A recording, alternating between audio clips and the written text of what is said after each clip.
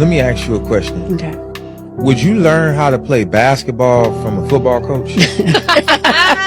I guess not. Would you learn how to play basketball from a football coach? No. If you want to learn how to cook, who would you want to teach you? A chef. If you want to learn how to drive a car, who you want to teach you? A driver? If you want to learn how to fly a plane, who gonna teach you? A pilot? How are y'all learning how to be wives and your mother wasn't a wife? You just said if you want to learn to fly a plane, you're gonna go to a pilot. You want to learn how to cook, you're gonna go to a chef. Women don't know what's intrinsically important to a man. They don't know how to be a wife because their mothers wasn't wives. In general,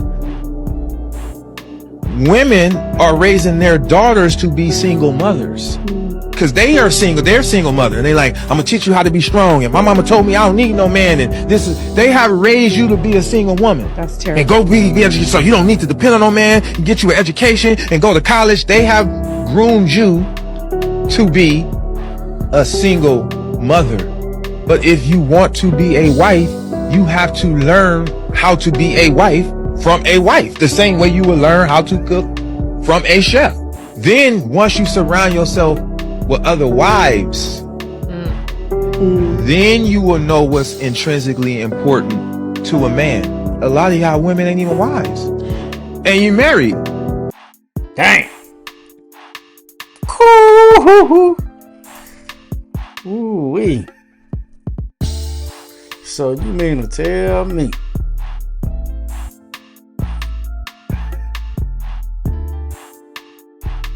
that you gotta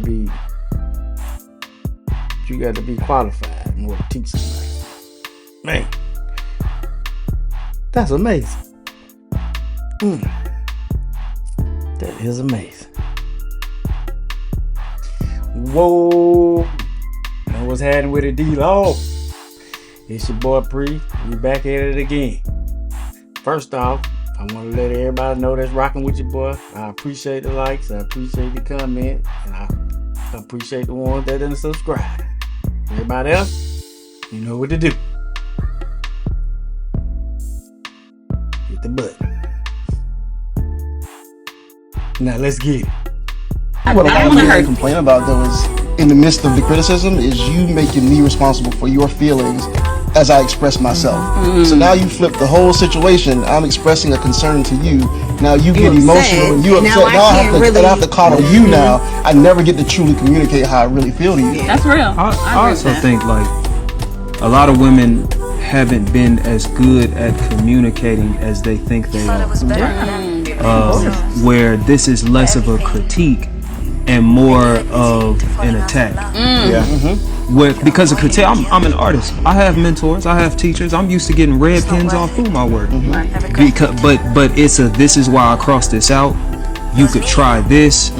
See if this works. This was unnecessary. If we sit down in a relationship and those are the things you tell me, I didn't like what you said to me here.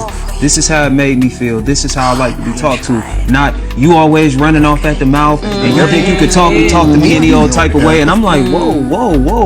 This is how I talk to everybody. Level of tolerance as well. This is true. This is true. Very intolerant, and they have to work on that. A lot of women still operate in trauma. And your trauma is going to make you intolerant. Your insecurities will make you intolerant. And so until you gain that tolerance, which there's a such thing as silent tolerance in a relationship, until you gain that, everything will feel like an attack. So let me ask you, I want to complain. Yep, you ain't lying. Boy, you can't critique shit. Boy, motherfucker going straight goddamn protection mode like you can attack their ass. Just keep your comments to yourself. Unless you talking to a motherfucker that's mature and they can handle it, cause the moment you goddamn go left, yeah, watch and see. Message. Whose job is it to set order in the house? It's the man's job. the man. So in order to set order, you have to have control. No, you have to manage. No, you got to No, control is like a robot. Well, No, it ain't. That's what you hear. Control is not like a robot. You have to have control. Like when you go to work, This woman said this all the time. Women are always talking about they don't want a man to control them. But you go to a job and they tell you what time to be there. Right. They tell you what time to take a break. They tell you can't use your phone. You always submit to money, but you won't submit to love. Submit to money, but won't submit to love. Right. How you gonna deal with that? Because you will submit, you will give up your control. Right. Even when they ain't even paying you what they should be paying you. Right. You still showing up. Even when they give somebody else a job you know you should have had, your ass still showing up. So you know how to give up your control. You hold your tongue when they talking crazy. So it ain't out of your element. It's just that you have a higher priority. You submit to money because that's the only reason you're doing it. Keeping your composure. Because once you get a new job, you really see you. No, you could. But like, you know how to submit. You know how to give up your control. But why not for love and the person that's supposed to die for you or be the first person to be sacrificed for you? You can, and there's nothing wrong with that. But however, when you go to a job, don't they tell you how you should dress? yeah, they have power. Don't they tell you about your fingernails and how long they can be? Yeah. You can't wear certain hairstyles at jobs. You better put on that damn head net. And don't you do it? Yep. Ain't lying shit. Damn. Well, they getting it today. Yeah. Things Gen X did in the 80s that'll get Child Protective Services called on you today. I'll be breaking down the top 5. Lego. Coming in at number 5, staying home alone at age 6. Bruh, I don't think y'all understand. Our parents would just leave. No babysitter, no neighbor, no nothing. Just don't answer the phone and don't open the door. We was at home making grilled cheese with an iron and Kool-Aid popsicles in an ice tray. Now you leave a kid for 5 minutes? Alexa is calling CPS. Coming in at number 4, riding in the back of a pickup truck. No seatbelts, no helmet, no fear. Just 20 kids hanging on for dear life. You hit a pothole, 3 kids fly out. Your parents would just yell, "You all right, get back in." Today, that's a felony and a GoFundMe. Coming in at number 3, drinking from the water hose. That green ass, hot ass, garden hose water tasted like metal and regret. I'm convinced that this water is Gen X's original immune booster. We didn't get lead poisoning or salmonella. Now kids got pH balanced hydration and electrolytes. We had hose funk. Coming in at number 2, riding bikes with no helmets. Man, we had 10-speed death machines with brakes that sometimes work. You be riding down the hill, hit gravel, and flip over the handlebars. Pop up like, "I'm good." Meanwhile, your whole kneecap missing. And our parents didn't rush us to the ER either. First thing they gonna do is put some peroxide on it and tell you to walk it off. And the number one thing that Gen X did in the 80s that'll get Child Protective Services called on you today, getting your ass whooped in public. Target, church, cookout. Didn't matter. If you acted up, you got tuned up on sight. No warning, no talking it out. Just whap, whap, whap. And a crowd of witnesses pretending to not see. Now, somebody gonna record it, call CPS, and your mama gonna be on the evening news. See, back in the 80s, parents... Goddamn right. Yeah. You said you do want to be a wife? Yes. Okay. Do I have any other people in the audience who want to be a wife? I'm going to have a deep conversation with y'all right now. You have to prepare yourself to be a wife. If you want to get into your Ruth era, you have to get out of your Jezebel era. Let me say this real quick. I'm going to be biblically sound for just a minute. You're not a believer, cover your ears. If you want to get into that space of really being a virtuous woman, the behaviors that you have, even in dealing with somebody, should be leading that person closer to God. But if you are playing with a person and toying with a person's emotions, if you all are not even equally yoked, you all don't even have the same value or the same desire or the same purpose, leave them alone. Because if you are to prepare yourself for a wife, then you can't be making foolish decisions. That's all Proverbs, baby. You got to get into your word, honey. I understand. I know it's always a fun time to say, hey, let's do this, let's date, let's do all this stuff. But every time you are connecting with a different person, you are connecting with their demons as well. You don't want to keep on attaching these things onto you, because when your husband does find you, then he has to navigate all of these demons. I encourage you to truly start working on yourself, working on your faith, working on your insides. I said just yesterday, the Bible tells us to adorn ourselves. That means on the inside of us. I'm not talking about the physical and what you have in your clothes and your status. On the inside of you, where will he be able to find and see God in you? Because that's what a man is supposed to be able to find when he finds his wife. Baby, I understand you young, and I know people always tell you enjoy your youth, and you absolutely should, but be wise in your youth as well. You said you do want to be a wife? Yes.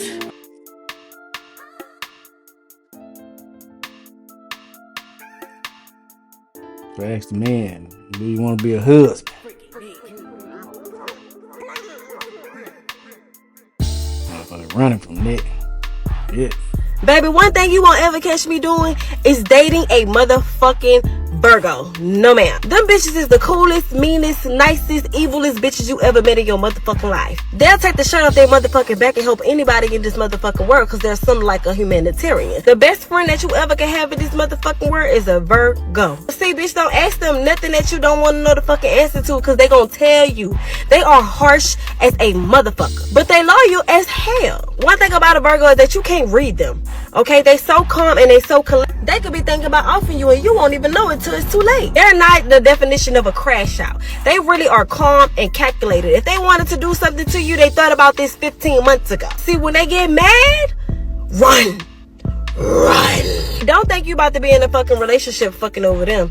You might as well go fuck over the next bitch, because a Virgo ain't having it. But they love so hard. They love you in a matter of 3 fucking days. Because when they want something, they go get it. I'm telling you, it's already theirs. But you better catch them while their asses are in love. Because see, when they not in love, bitch, you would never even thought that the Virgo was in love with you in the first place. See, when they fall out of love with you, you're done. They're colder than the motherfucking Alaska, bitch. Their work ethic is similar to a Capricorn and a Leo. They are hard-working creatures. You tell me a Virgo they ain't got a job.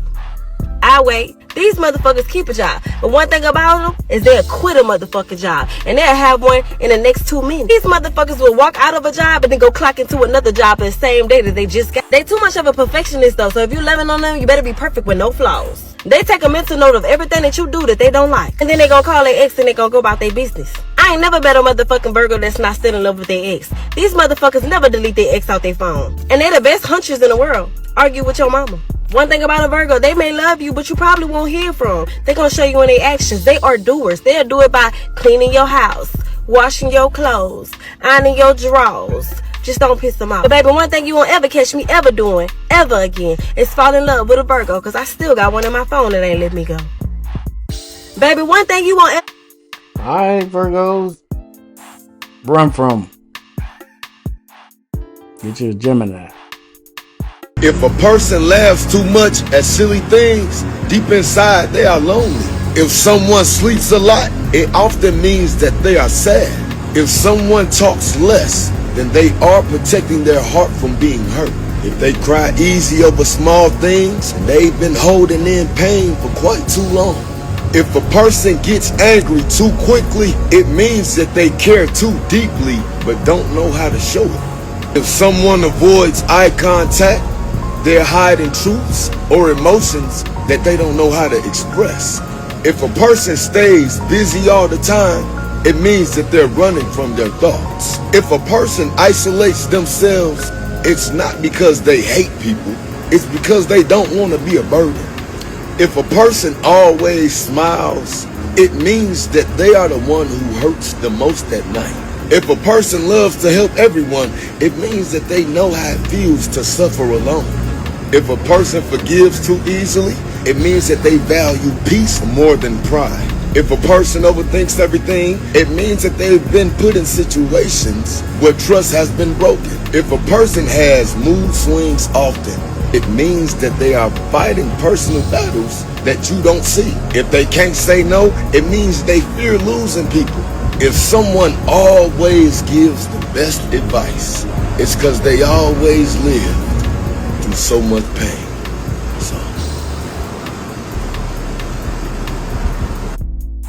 That's lit. That's pressure. women in particular do not know what love is. Do you agree with that? Yes. He thought he was about to start some mess with that question. Little did he know, she was about to drop the realest definition of love ever. Why do you think that? Because love is sacrifice. Love is not a fleeting emotion. Oh my goodness. I think a lot of people get it confused when they say, oh, I love you, but don't know that love comes with a type of commitment that you will lay your life down for somebody. Servanthood is in my character, and this is how I show that I love you, because I will sacrifice my time. My time and my presence are front and foremost for you. This is what I'm here to do. Because at the end of the day, I do believe that one thing that the devil hates the most is a type of covenant that is between you, your spouse, and God. And for me to withhold any of that love, that sacrifice, and that commitment back from my spouse, that's cheating both you and God. After hearing her break it all the way down, is this the standard we should all be holding ourselves to? Women in particular. Yup. Hey, Mr. We got to be stopped, man. Why, bro? Why? Alright, D-Loft. I'm out this thing. We done did it. Don't forget. Respect. Take you a long way. And I'm out. Peace.